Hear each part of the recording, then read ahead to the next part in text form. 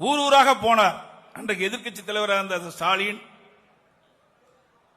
அவருடைய முன்னாள் அமைச்சர்கள், அப்பொழுது சட்டமன்ற உறுப்பினராக இருந்தார். ஊர் ஊரா போய் ஒரு திண்ணையை பார்த்து பெட்ஷீட்டை போட்டு அமர்ந்து, உங்களுக்கு என்ன குறை இருக்குது சொல்லுங்க, நான் ஒரு பெட்டி வச்சிருக்கிறேன். எப்பவுமே பெட்டி மேதான் கண்ணு ஸ்டாலினுக்கு, மக்கள் மீது கண்ணு கிடையாது.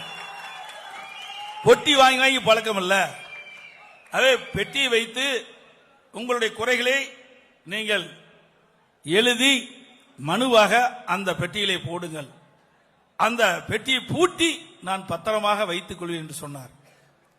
ஆட்சிக்கு வந்தவனும் அந்த பெட்டியை பெட்டியை திறந்து இருக்கின்ற மனுவை பரிசீலித்து உடனுக்குடன் நிறைவேற்றுவேன் சொன்னார். சாவி தொலைஞ்சு போச்சாட்டு இருக்குது, இன்னும் கிடைக்கல. எப்படி தந்திரமாக கவர்ச்சியாக மக்களிடத்திலே பேசி மக்களை கவர்ந்து மக்களை ஏமாற்றி ஆட்சிக்கு வந்தால் என்பதை நீங்கள் எண்ணி பார்க்க வேண்டும். அதற்கு பிறகு மற்றொன்றையும் சொன்னார்.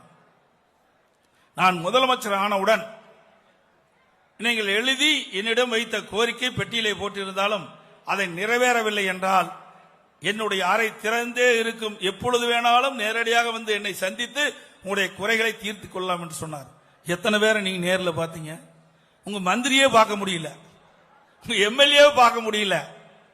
எப்படியெல்லாம் மக்களை ஏமாற்றுகிறார்கள் என்பதை இந்த நேரத்திலே குறிப்பிட விரும்புகின்றேன்.